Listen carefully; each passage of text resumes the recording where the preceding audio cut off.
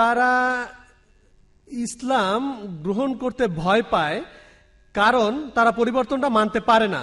আর আমার মতে সবচেয়ে বড় পরিবর্তনটা হলো তাদের নিচে নামতে হবে। আর এই সব নেতাদের একেবারেই সাধারণ মুসলমান হয়ে চলাফেরা করতে হবে, হোক সেটা আমেরিকায় বা পৃথিবীর অন্য কোথাও। ভাই, আপনি প্রশ্ন করেছেন কেন পশ্চিমা নেতারা ইসলামকে ভয় পায়, আর বললেন জাহেলিয়ার নেতারা ইসলামকে ভয় পেত না। সরি ভাইয়া, আমি আপনার সঙ্গে একমত হতে পারছি না, আমি দুঃখিত, আমি একমত না। তখনকার নেতারা, সে সময় নবীজির আমলে বড় বড় নেতারা, তারা প্রচন্ড ভয় পেত ইসলামকে। তারা যে জিনিসটাকে ভয় পেত সেটা হলো ইসলাম। আর এই জন্যই তারা নবীজিকে বলেছিল, আমরা তোমাকে রাজা বানাবো, আরবের রাজা, যদি তুমি এক ঈশ্বরের পূজা বাদ দাও, তোমাকে পৃথিবীর সবচেয়ে ধনী লোক বানিয়ে দেব। মহানবী উত্তরে বলেছিলেন, যদি আমার ডান হাতে এনে দাও সূর্য, বাম হাতে চাঁদ, আমি ইসলামের এই সত্যকে ছাড়বো না। সে নেতারা ভয় পেয়েছিল। কেন পেয়েছিল জানেন? তাদের সেই 330 দেবদেবী, এসব কিছুর বদলে তারা পাবে একজন ঈশ্বরকে। তখন মক্কায় কে আসবে? কে তখন মক্কায় এসে কেনাকাটা করবে? তাদের মূর্তির নামে যা বানায় সেগুলো কে কিনবে? নেতারা আসলেই খুব ভয় পেয়েছিল। পরবর্তীতে আলহামদুলিল্লাহ সত্যেরই জয় হলো, তখন তারা মুসলমান হয়েছে। এই জন্য কোরআন বলছে প্রথমে গোত্রের নেতাদের বোঝাও। কোরআন বলছে প্রথমে গোত্রের নেতাদের বোঝাও, যদি তারা মুসলমান হয় অনেকেই তাদের অনুসরণ করবে। সেজন্য আমি বলবো, পশ্চিমা বিশ্বের বেশিরভাগ নেতা ইসলামকে ভয় পায় সবাই না, ভালো লোকও কিছু আছে যারা ইসলাম সম্পর্কে ভালো কথা বলে। বেশ কিছু নেতা, যেমন ব্রুনো চার্লস, বেশ কিছু ভালো কথা বলেছেন। তার নিয়ত আল্লাহ ভালো জানেন, আমি সে ব্যাপারে কিছু জানি না। বেশ কিছু মন্ত্রী ইংল্যান্ডের ইসলাম সম্পর্কে ভালো কথা বলেছেন। আপনি বলছিলেন যে নেতারা ভয় পায় কেন জানেন? আপনি বললেন মুসলমান হওয়া তাদের জন্য খুবই সহজ। ব্যাপারটা অত সহজ না ভাই। সহজ আমাদের কাছে, তাদের কাছে খুবই কঠিন এটা। যদি তারা মুসলমান হয়, তাদের শূন্যস্থান কে পূরণ করবে? বুঝতে পেরেছেন? তাহলে যদি কুরাইশদের নেতারা, সেই সময় আবু সুফিয়ান বা অন্যান্য নেতারা, তারা অনেক ধনী ছিল, অনেক ধনী ছিল, তারা যদি গ্রহণ করে ইসলাম, কে তাদের কুর্নিশ করবে? কারণ ইসলামে সব মানুষই সমান। তখন দাসের সাথে কোলাকুলি করতে হবে, জীবনটাই পুরো বদলে যাবে। তারা ভয় পেয়েছিল যে সবকিছু বদলে যাবে। তাহলে তারা ইসলাম গ্রহণ করলে সবাই এক বিশ্বাসে সামিল হলো। আলহামদুলিল্লাহ। নেতারা ভয় পেয়েছিল যে তাদের নিচে নেমে আসতে হবে, তারা যেখানে ছিল, যে প্রাচুর্যের মধ্যে। নেতারা ভয় পেয়েছিল যে তাদের সবকিছু ছাড়তে হবে শুধু ইসলামের বিনিময়ে। তবে আল্লাহ তাদের হেদায়েত করেছিলেন। তারা আল্লাহর কাছে আখিরাতের প্রাসাদ চেয়েছিল পৃথিবীর প্রাসাদের বদলে। আর এ ব্যাপারে সবচেয়ে ভালো উদাহরণটা আবারও একজন মহিলাকে দিয়ে। তিনি হলেন বিবি আসিয়া, ফেরাউনের স্ত্রী। পবিত্র কোরআনে সূরা তাহরিমের 11 নম্বর আয়াতে উল্লেখ আছে যে তিনি প্রার্থনা করলেন আল্লাহ সুবহানাহু ওয়া তাআলার কাছে যে তোমার সন্নিধানে আমার জন্য একটি গৃহ নির্মাণ করো জান্নাতে, এই পৃথিবীর সবকিছুর বিনিময়ে। তিনি তখন ছিলেন পৃথিবীর সবচেয়ে শক্তিশালী মানুষের, সমগ্র পৃথিবীর সবচেয়ে শক্তিশালী মানুষের স্ত্রী। তারপরও তিনি আল্লাহর কাছে প্রার্থনা করেছেন, আমি এই পৃথিবীর সবকিছুর বিনিময়ে চাইছি আখিরাতে একটি ঘর জান্নাতে। তাই আলহামদুলিল্লাহ, যখন আল্লাহ হেদায়েত করেন, সে যত বড় নেতাই হোক না কেন, সে ইসলাম গ্রহণ করে আখিরাতের জন্য। আশা করি উত্তরটা পেয়েছেন। পুরুষ আর মহিলার অধিকার সমান কিনা সেটা নিয়ে প্রশ্ন করছি। আমরা কোরআন পড়ে জেনেছি যে পুরুষ আর মহিলার অধিকার সমান আল্লাহ সুবহানাহু ওয়া তাআলার কাছে। আর এই কথা আমাদের মহানবী হযরত মুহাম্মদ সাল্লাল্লাহু আলাইহি সাল্লামের হাদিসেও আছে যে বাবার চেয়ে মার অধিকার অনেক বেশি। কিন্তু এরপর আকিকার সময় দেখা যায় যে একটা বকরি কোরবানি দেয়া হয় মেয়ের জন্য, আর 2টা দেয়া হয় ছেলের জন্য। বোঝানো হচ্ছে যে ছেলেই বেশি গুরুত্বপূর্ণ। প্রশ্নটা হলো এই যে আকিকার সময় কেন ছেলের জন্য 2টো বকরি আর মেয়ের জন্য একটা বকরি কোরবানি দেয়া হয়? বোন, অনেক সহিহ হাদিসে আছে যে ছেলের জন্য একটা বকরিও কোরবানি দেয়া যায়। এটা বাধ্যতামূলক না, সহিহ হাদিসে আছে একটা বকরি মেয়ের জন্য আর ছেলের জন্য 2টো বকরি। তবে একটা বকরিও কোরবানি দেওয়া যায় ছেলের জন্য। ব্যাপারটা এমন না যে ছেলের জন্য 2টো কোরবানি দেওয়া উচিত।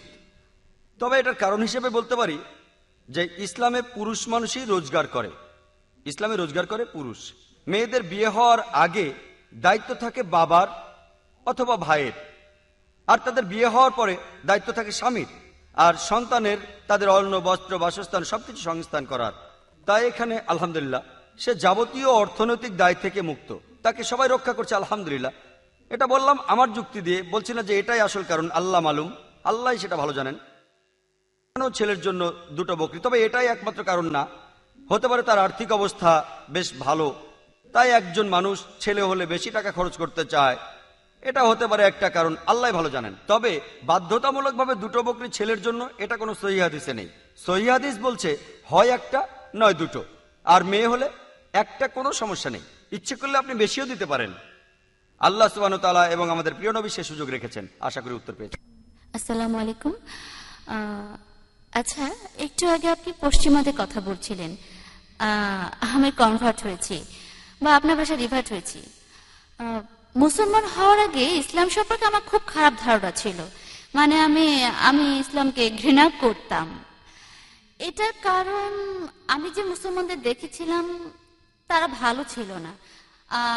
আমি মনে করি আমরা যেভাবে অমুসলিমদের দাওয়াত ডাকছি এটা খুব কঠিন হয়ে যায়। আমি আমার ফ্যামিলির সাথে কথা বলতে পারি না, কারণ আমরা পুরো চিত্রটা যেভাবে তুলে ধরি। আপনি যদি ইসলামের কথা বলেন তাহলে বলবো হ্যাঁ, এটা খুব ভালো একটা ধর্ম, একমাত্র সত্য ধর্ম, কিন্তু সবসময় অন্যের সমালোচনা করাটা কি ঠিক? মানে এভাবে কথা বলাটা ঠিক না। পশ্চিমাদের এত বেশি সমালোচনা করা, আপনি যেসব ধর্ষণের কথা বলছেন, মুসলমান দেশেও সেটা হয়, মধ্যপ্রাচ্যের দেশেও হয়, হয়তো এত বেশি রিপোর্ট সেখানে করা হয় না, কিন্তু এখানেও সেটা হয়। তাহলে পশ্চিমাদের উপর এত আক্রমণ কেন? এবং আরেকটা ব্যাপার হলো মহিলাদের। আপনি বললেন যে অমুসলিমরা বলে যে ইসলামে মহিলাদেরকে ছোট করে দেখে। কোরআনে অনেক কথা বলা হয়েছে পুরুষ এবং মহিলাদের সম্পর্কে, কিন্তু পুরুষদের সম্পর্কে যেগুলো বলা হয়েছে সেগুলোকে সবাই এড়িয়ে যাচ্ছে, আর মহিলাদের জন্য যা কিছু বলা হচ্ছে সেগুলোকে সবাই খুব কড়াকড়িভাবে দেখছে। আপনি একটু আগে বললেন গুণী স্বামী এবং গুণী স্ত্রীর কথা, কিন্তু আমি যখন বিভিন্ন বই পড়ি সেখানে লেখা থাকে শুধু গুণবতী স্ত্রীর কথা, আর শুধু বলা হচ্ছে মহিলাদেরকে কি করা উচিত। এমনটা কেন হচ্ছে? এসব আমরা করি বলেই অনেক অমুসলিমদেরকে বোঝানো কঠিন হয়ে যায়। এখানে উদাহরণ হিসেবে বলি যে আমি শুনেছি যে রাসূলুল্লাহ সাল্লাল্লাহু আলাইহি ওয়াসাল্লাম তার স্ত্রীদেরকে গৃহস্থালির বিভিন্ন কাজে সাহায্য করতেন। তাহলে আমাদের এই বইগুলো কেন শুধু একথাই বলে যে কিভাবে একজন ভালো স্ত্রী হওয়া যায়? কেন একথা কেউ বলে না যে কিভাবে একজন ভালো স্বামী হওয়া যায়? আসলে কি সব জায়গায় সব কিছুতেই মহিলাদের কথা বলা হচ্ছে, মহিলাদের এটা করা উচিত ওটা করা উচিত। ইসলাম ধর্ম একথাই বলছে, আর এভাবেই অমুসলিমদের দূরে সরিয়ে দিচ্ছি। বোন, আপনি খুবই সুন্দর প্রশ্ন করেছেন, খুবই প্রাসঙ্গিক যে আলহামদুলিল্লাহ তিনি রিভার্ট হয়েছেন, আমি তাকে অভিনন্দন জানাই, আলহামদুলিল্লাহ। আরো বললেন যে মুসলমানদের সম্পর্কে তার খুব খারাপ ধারণা ছিল। আমি আগেও বলেছি অনেক মানুষ কিছু মুসলমানকে দেখে কখনোই মুসলমান হতে চাইবে না, আমি এই কথা আগে বলেছি। আলহামদুলিল্লাহ আল্লাহ তাকে হেদায়েত করেছেন আর তিনি মুসলমান হয়েছেন। আর তিনি বলছিলেন কিভাবে পশ্চিমাদের সাথে কথা বলা উচিত। আমাদের আলোচনার বিষয় কেন পশ্চিমারা ইসলাম গ্রহণ করছে, এটা বিষয় না যে কিভাবে পশ্চিমাদের দাওয়ায় ডাকা উচিত। আমার অন্যান্য ক্যাসেটে এই বিষয়ে বলা আছে। এর একটা হলো ইসলাম সম্পর্কে ভুল ধারণা। কিভাবে আপনি পশ্চিমাদের দাওয়ায় ডাকবেন সেটা অন্য ব্যাপার, আজকের বিষয় এটা নয় কিভাবে দাওয়ায় ডাকতে হবে। তবে মুসলমান হওয়ার কারণটা আমি বলছি, আর আমি কোদালটাকে কোদালি বলছি। আর বোন, আপনি ঠিকই বলেছেন, অন্য ধর্মের সমালোচনা করা উচিত না। পবিত্র কোরআনে সূরা আল আনামের 108 নম্বর আয়াতে আছে, আল্লাহকে ছেড়ে যাদেরকে তারা ডাকে তাদের গালি দিও না, কেননা তাহারা অজ্ঞানবশত আল্লাহকেও গালি দেবে। পবিত্র কোরআনে সূরা ইসরার 81 এবং 82 নম্বর আয়াতে উল্লেখ আছে যে ওয়াকুল জাল হক ওয়া যাকাল বাতিল ইন্নাল বাতিলা কানা যাহুকা, অর্থাৎ সত্য আসিয়াছে এবং মিথ্যা বিলুপ্ত হইয়াছে, কারণ ন্যাচারালি মিথ্যা বিলুপ্ত হবারই। আপনি বলছিলেন যে আমি পশ্চিমা বিশ্বের সমালোচনা করছি, আরো বিভিন্ন রকম কথা বলছি। বোন, সমালোচনা করা মানে আমি যেটা বলবো যে কোনো প্রমাণ ছাড়া বলা। আমি যা বলছি সেটা আমেরিকার পরিসংখ্যান, তাই আমেরিকায় যখন আমেরিকার সমালোচনা করছে আর আমি তার উদ্ধৃতি দিচ্ছি, তাহলে আমাকে দোষ দিচ্ছেন কেন? সমালোচনা করা মানে আমি যেটা মনে করি কোনো একটা পয়েন্ট ধরে সেটাকে পেঁচানো, যেটা পশ্চিমারাই বেশি করে। আমি দুঃখিত, আমি এটাকে খেলা বলছি, কিন্তু আসলে এটা যুদ্ধ।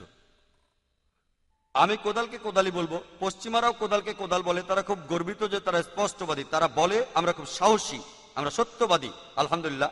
আর আমিও সত্যবাদী, হয়তো মিথ্যে কখনো বেরোবে না, সেটা আলাদা ব্যাপার। তারা মিডিয়ায় দেখায় যে মেয়েদের ছোট করে দেখা হয়, আর এই ব্যাপারে আমি লেকচার দিয়েছি, পরিষ্কার করেছি। তাহলে বল আমি যেটা করছি FBI রিপোর্ট থেকে বলছি, সেটা কোনো মুসলমান লেখেনি, লিখেছে পশ্চিমারাই। ধর্ষণের যে পরিসংখ্যান দিয়েছি সেটা কোনো মুসলমান লেখেনি, লিখেছে অমুসলিম পশ্চিমারা। অবাধ যৌনাচার ব্যভিচার সম্পর্কে আমি শুধু তাদের পরিসংখ্যান দিয়েছি। আর যখন তাদের উদ্ধৃতি দিচ্ছি তারা বলতে পারবো না জাকির সমালোচনা করছে, কারণ কি জানেন, আমি তাদের পরিসংখ্যান থেকেই বলছি। যদি বলতাম হ্যাঁ মিস্টার আহমেদ আলী এই কথা বলেছেন, তাহলে এই কথাটা পশ্চিমাদের বিরুদ্ধে বলা যায়। আমি আহমেদ আলী বা সুলতান ভাইয়ের কথা বলছি না, আমি তুলে ধরছি তাদের পরিসংখ্যান, আর এজন্য আমি ব্যবহার করছি আমার হিকমা। আপনি বললেন যে ধর্ষণের ঘটনা ঘটছে, অন্যান্য দেশেও এগুলো রিপোর্ট করা হচ্ছে না। বোন, আমি আপনার সাথে একমত না। ধর্ষণ বেশি হয় পশ্চিমা দেশগুলোতে, ওখানে রিপোর্ট করা হয় না। এটা ওখানে খুবই সাধারণ। ধর্ষণ এতই সাধারণ ঘটনা যে রিপোর্টই করা হয় না। পশ্চিমে কয়েকবার গিয়েছি, ধর্ষণের কোনো কেসই দেখিনি। এটা এতই সাধারণ, এতই দৈনন্দিন ঘটনা যে রিপোর্টই করা হয় না। বোন, খবরের কাগজে ছোট্ট করে লেখা থাকে, অন্য কোনো দেশে যদি ধর্ষণ হয় হেডলাইনে আসবে। বলছি না যে এখানে ধর্ষণ হয় না, ধর্ষণ পুরো পৃথিবীতেই হয়, সব জায়গাতেই হয়। মুসলিম দেশের কথা বলেন, সেখানেও ধর্ষণ হয়। যেসব মুসলিম দেশে ইসলামী শরিয়া মেনে চলা হয় না সেখানে হয়। পৃথিবীর মধ্যে সবচেয়ে কম সেটা হলো সৌদি আরব, সবচেয়ে কম, সেখানেও ধর্ষণ হয়। আমি বলছি না যে ধর্ষণ হয় না।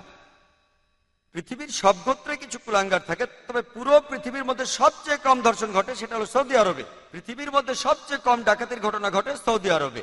হ্যাঁ, অনেক মুসলিম দেশ আছে যারা ইসলাম অনুসরণ করে না, তারা হলো নকল মুসলমান। রিপোর্ট করা হলে অন্যান্য দেশে সেটা খবরের কাগজের হেডলাইন হয়, কারণ ধর্ষণ হলো একটা কলঙ্কিত ঘটনা। আর আমেরিকায় এটা দৈনন্দিন জীবন। যেমন একজন ডাক্তারের ঘটনা, রোগী বলল তার যৌন রোগ আছে, ডাক্তারও বলল তারও আছে।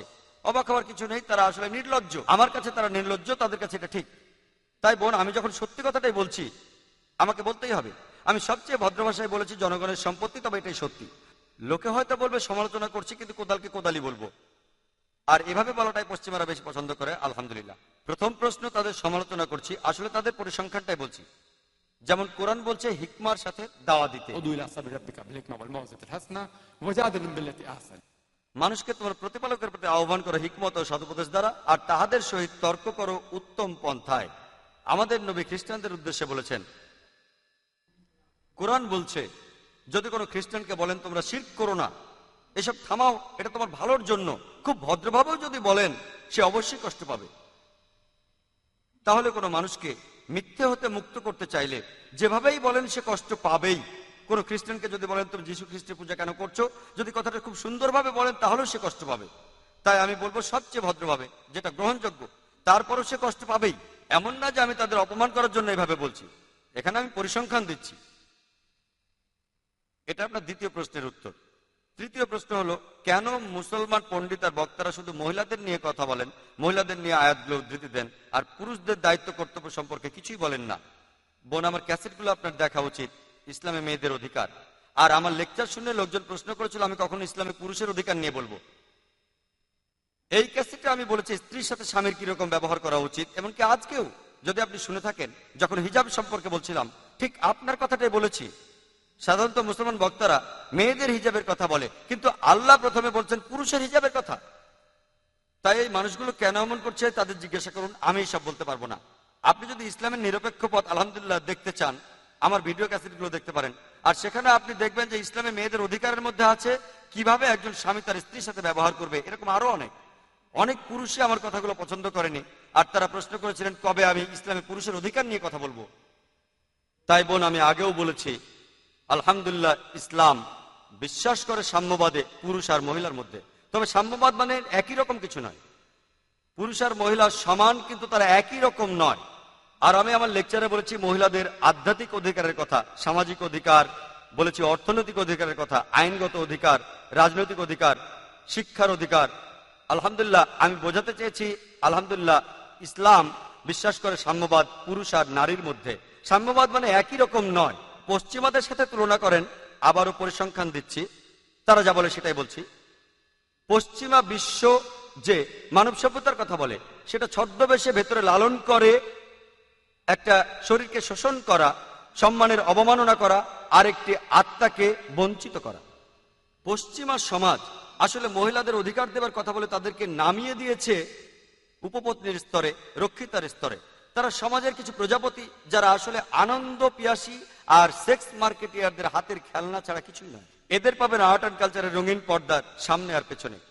পশ্চিমা বিশ্ব মেয়েদের অধিকার দেওয়ার কথা বলে আরো নিচে নামিয়ে দিয়েছে।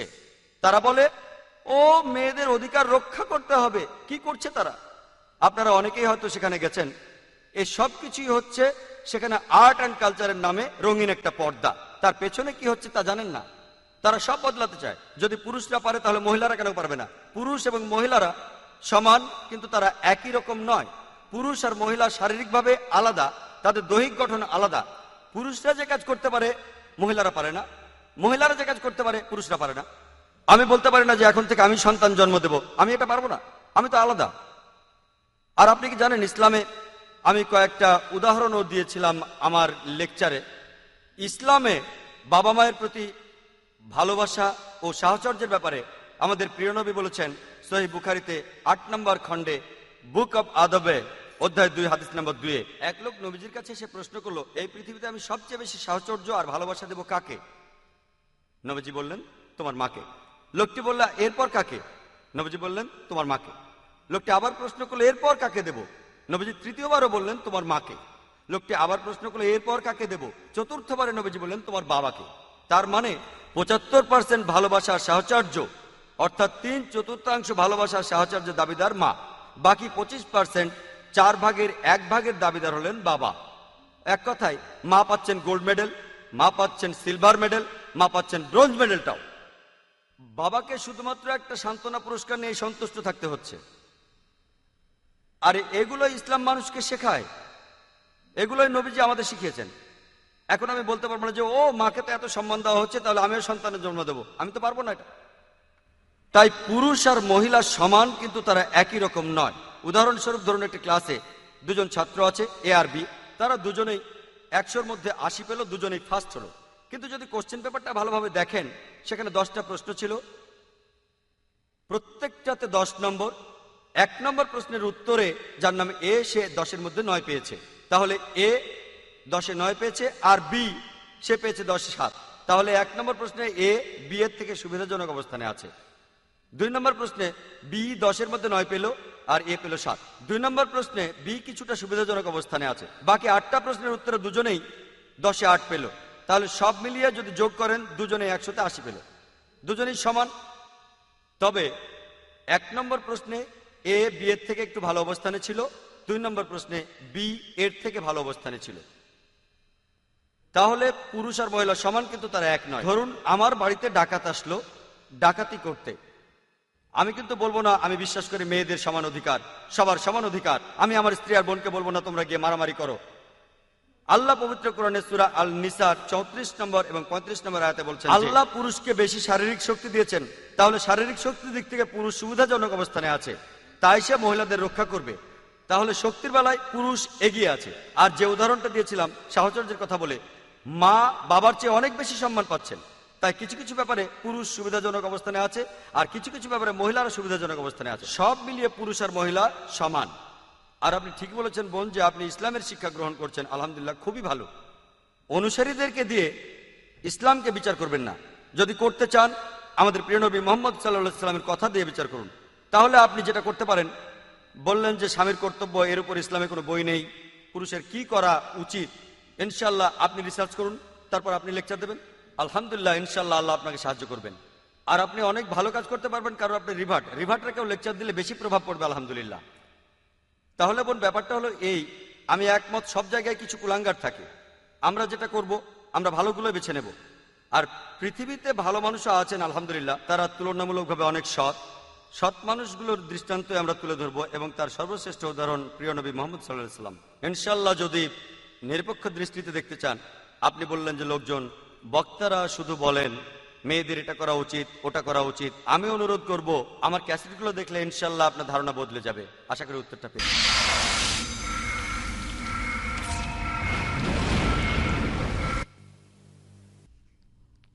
আমি ফরিদা। আমি একটা প্রশ্ন করতে চাই। এতক্ষণ আপনার লেকচার শুনছিলাম, আর আপনার কথাগুলো শুনতে খুব ভালো লাগছিল। আমি আপনাকে প্রশ্নটা করছি এই জন্য যে আমি একজন মা, আমার ছেলে মেয়েদের বড় করতে হবে। আপনি পড়াশোনায় খুব ভালো ছিলেন, ডাক্তারি পাশ করেছেন, আর এখন পৃথিবীর বিভিন্ন জায়গায় লেকচার দিচ্ছেন। আপনার মতো সন্তান, আপনার মতো মানুষ পৃথিবীতে আরো প্রয়োজন। তাই আপনার বাবা মা আপনার মতো সন্তানকে কিভাবে বড় করেছিলেন, আমি এ ব্যাপারে আপনার কাছ থেকে কিছু উপদেশ চাইব। যাতে আমার মতো মায়েরা উপকৃত হতে পারে? ধন্যবাদ। বোন, আপনি খুব সুন্দর প্রশ্ন করেছেন। উনি আমার লেকচার শুনেছেন, জানেন যে আমি একজন ডাক্তার, তাই আমার বাবা মা সম্পর্কে জানতে চাইলেন। আর ডাক্তার ইয়াহিয়া আলভি শুরুতে ঠিক কথাই বলেছিলেন, যদি এই পৃথিবীতে আল্লাহ সুবহানাহু ওয়া তাআলার পরে কাউকে ধন্যবাদ দিতে হয়, তিনি হলেন আমার মা। তবে আমার বাবা এবং পরিবারের অন্য সবাইও, আমার স্ত্রী সহ আলহামদুলিল্লাহ আমরা সবাই দাওয়ায় নিয়োজিত। আমার পরিবারের সবাই। লোকে আমাকে প্রশ্ন করে, তারা এভাবে বলে যে আপনার পরিবারের সবাই এরকম, এটা তো আসলে একটা ফ্যামিলি প্ল্যানিং। তারা বলে, আমি বলি যে আমি পঞ্চম সন্তান বাবা মায়ের। যদি তারা ফ্যামিলি প্ল্যানিং করতেন তাহলে আমি এখানে থাকতাম না। ভেবেছিলাম তিনি হয়তো প্রশ্নটা দিয়ে এটা বোঝাচ্ছেন। আলহামদুলিল্লাহ সেরকম কিছু ছিল না, আমি পঞ্চম সন্তান আলহামদুলিল্লাহ। লোকে ভাবে যে বেশি ছেলে মেয়ে থাকা ভালো না, তবে আলহামদুলিল্লাহ এটাও ভালো হতে পারে। এটা নির্ভর করে কিভাবে তাদের বড় করছেন, তাদের মানুষ করছেন। আর আমিও বলবো আমার বাবা মা আলহামদুলিল্লাহ তারা আমাকে যথেষ্ট স্বাধীনতা দিয়েছেন। তারা আমার উপর কোনো ব্যাপারে কখনো জোর খাটাননি যে এটা মানো, ধর্ম মানো। আলহামদুলিল্লাহ আমার বাবা মা যথেষ্ট ধার্মিক। আলহামদুলিল্লাহ তারা আমার উপর কখনো জোর করেননি, আমাকে যথেষ্ট স্বাধীনতা দিয়েছেন। তবে তারা সবসময় কোরআন ও সুন্নাহ মেনে চলেছেন আলহামদুলিল্লাহ। যেহেতু আমি ছোটবেলা থেকে বাবা মাকে দেখেছি কোরআন আর সুন্নাহ মেনে চলতে, আলহামদুলিল্লাহ মানুষ তার বাবা মায়ের কাছ থেকেই শেখে। তবে সবসময় এমনটা হয় না। আমরা ইতিহাস থেকে জানি যে নবীদের সন্তানেরাও কুপথে যেতে পারেন।